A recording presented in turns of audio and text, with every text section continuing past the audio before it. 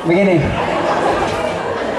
kalau secara kerohanian, saya merasa semua ini berkat keprihatinan bapak saya. Bapak saya itu buruh tani, tetapi orang Jawa bilang tirakatnya itu luar biasa. Mungkin saya yang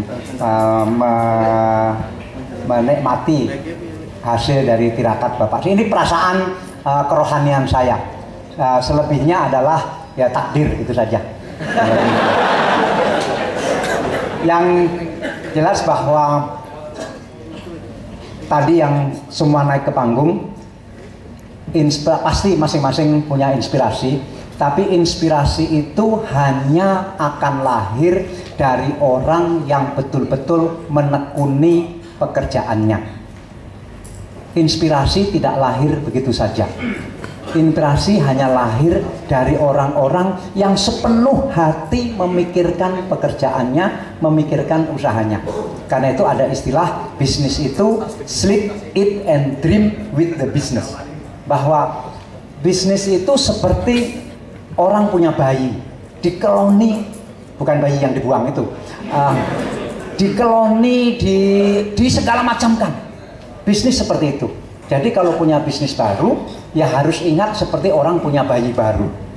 Mungkin malam-malam dia nangis, kita harus bangun. Kemudian dia pipis harus dipopoi, harus dia tahu akan sakit pun sudah tahu. Jangankan sampai sakit, akan sakit pun sudah tahu. Kalau betul-betul dia merawat bayinya. Tapi kalau dia jauh dari bayinya, ya dia tahunya kalau bayinya sudah sakit. Tapi bagi yang merawat, sebelum sakit pun dia sudah tahu akan sakit. Kemudian kalau kena angin, waduh nanti kena angin pasti bayi saya akan sakit.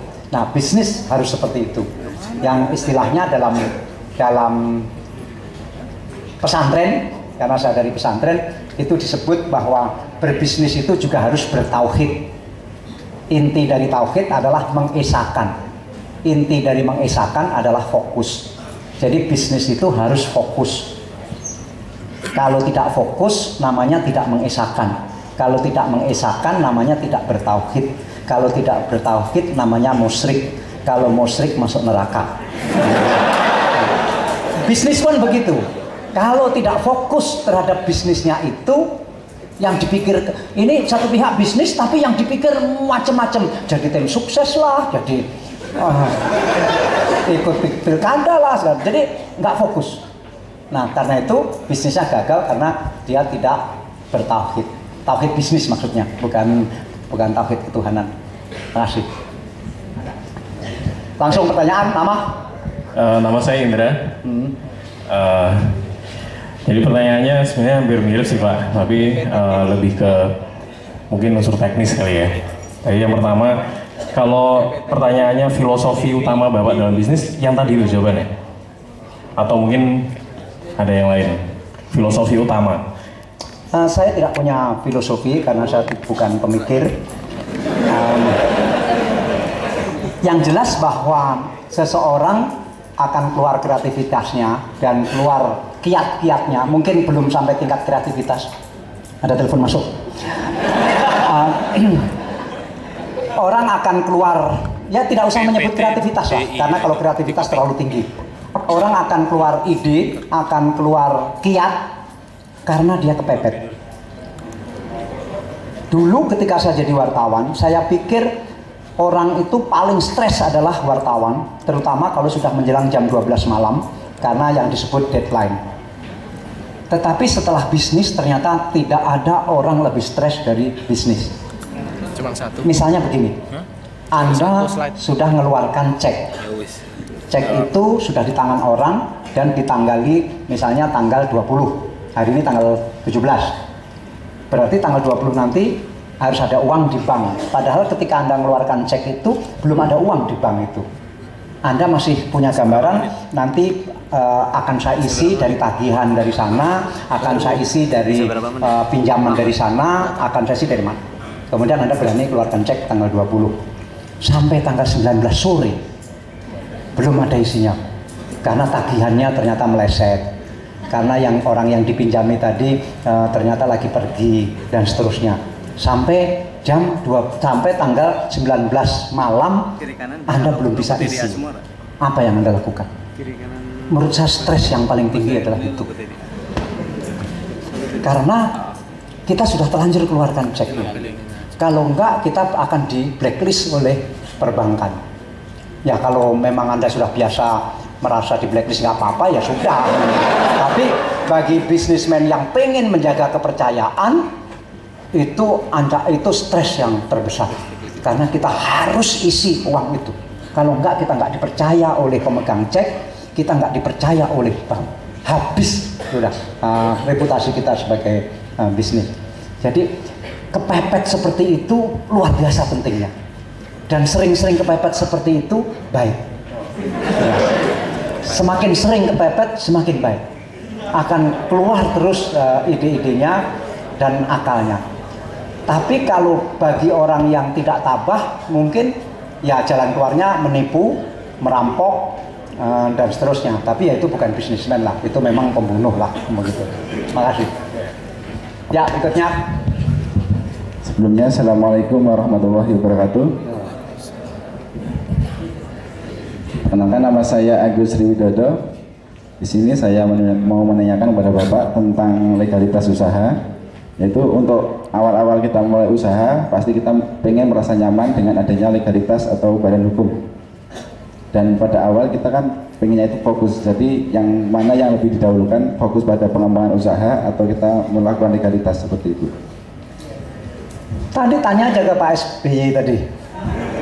Ini ada nama PT-nya ya? Ada nama PT-nya? Belum ada? Belum ada. Jadi nggak tahu saya. Anda sudah mulai bisnis belum? Sudah. Oh sudah. Ada PT-nya? Belum ada. Ya sudah. Ya sudah. Nanti jalankan dulu, fokus dulu. Nggak tahu. Udah. Udahlah, terserah. Terserah ya.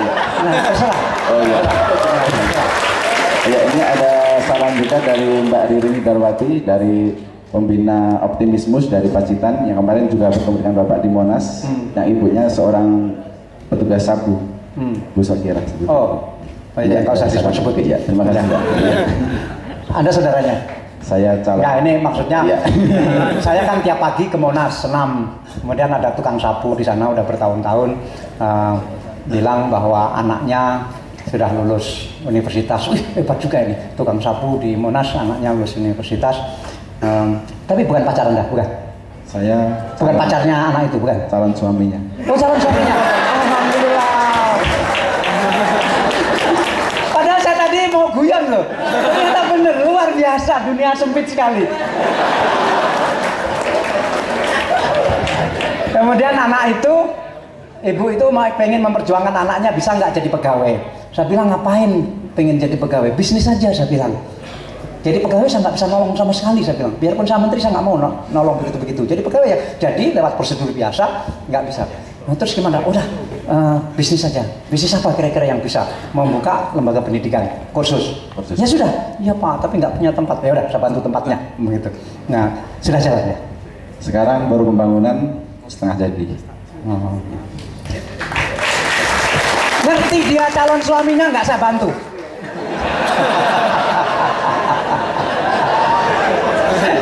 Enggak. Saya juga masih kuliah Pak, jadi masih. Ya. Oke, baik. Mudah-mudahan Anda menjadi keluarga sakinah, mawadah, dan warahmah. Amin. Terima kasih. Ya, Pak. Assalamualaikum warahmatullahi wabarakatuh. Itu undangannya? Oh, bukan. Di sini saya menanyakan kepada Pak Dahlan terkait dengan waktu.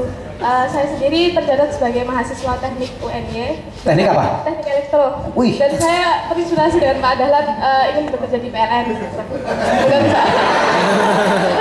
di sini saya kuliah sambil bekerja, dan di sini saya menjalankan 4 usaha. Ya, yang pertama itu saya bekerja sebagai Oriflame, menawarkan Oriflame seperti itu. Terus yang kedua saya apa itu? Oriflame itu semacam obat kecantikan gitu. Oh, oke. Ya, tapi saya secara online. Ya. Dan yang kedua saya mempunyai warung lontong seperti itu. Dan yang ketiga saya baru memulai bisnis dengan teman saya, yaitu sambal. sandal kabel seperti itu. Nah, menurut Pak, saya hanya ingin meminta saran Pak Dahlan, bagaimana bisa membagi waktu antara kuliah dengan usaha seperti itu? Nggak tahu. Nggak tahu deh. Bener nggak tahu? Ya. Nggak tahu, nggak tahu. Pak tahu dong. Nggak tahu. Jadi nggak tahu. Nah, udah Anda pikir sendirilah.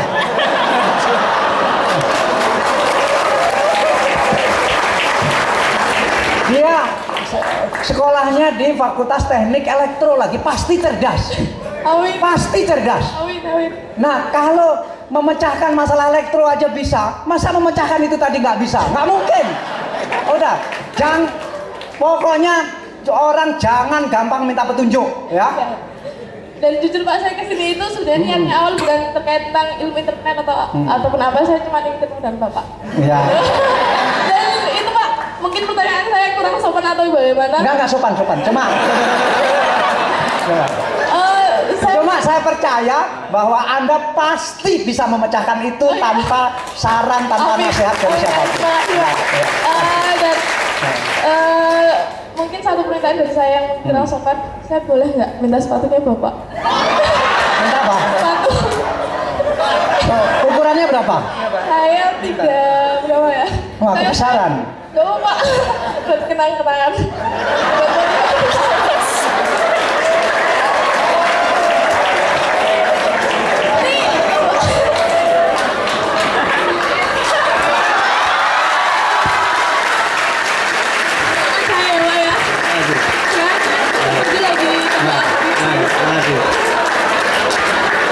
Baik, saya kira cukup sekian.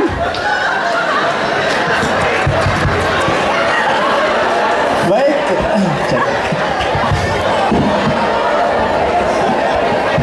baik, kita berikan aplaus buat Pak Dahlan. Rekan-rekan sekalian,